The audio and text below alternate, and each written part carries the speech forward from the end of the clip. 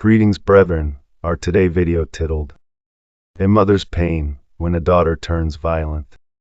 In many societies, mothers are seen as the backbone of the family, women who sacrifice their comfort, dreams, and even health to raise their children.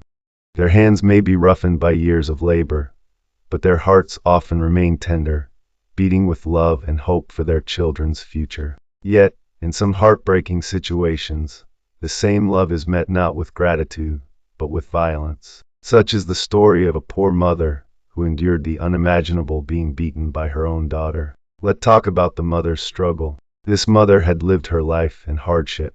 Widowed early and left with the sole responsibility of raising her children, she worked tirelessly, doing menial jobs just to keep food on the table. While others slept, she labored. While others feasted, she went hungry so her children could eat. And her greatest dream was to see her daughter grow up, succeed, and lift the family out of poverty. She hoped that education, discipline, and prayer would guide her child into a better life. The daughter's betrayal. But over the years, resentment grew in the daughter's heart. Perhaps influenced by friends, the lure of easy money, or the frustration of poverty, she became disrespectful. Words turned harsh, arguments became frequent, and eventually, the unimaginable happened. The daughter raised her hand against her own mother. Neighbors were shocked when they heard the cries of the woman. A daughter, once nursed at her breast, now struck her with anger and bitterness. It was a betrayal that pierced deeper than any physical wound.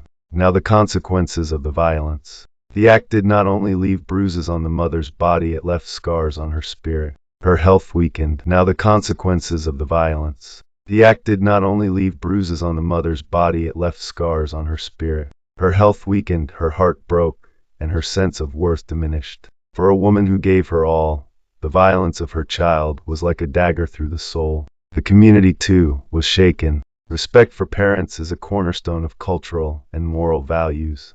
To dishonor one's mother is seen as a curse upon one's destiny. The daughter's reputation quickly tarnished, and she became an outcast in the eyes of many. Even more tragically, such violence sets a cycle in motion. Children who grow up witnessing or partaking in abuse often repeat the same patterns. Unless broken, the cycle continues. Respect fades, love disappears, and homes collapse. A call to reflection.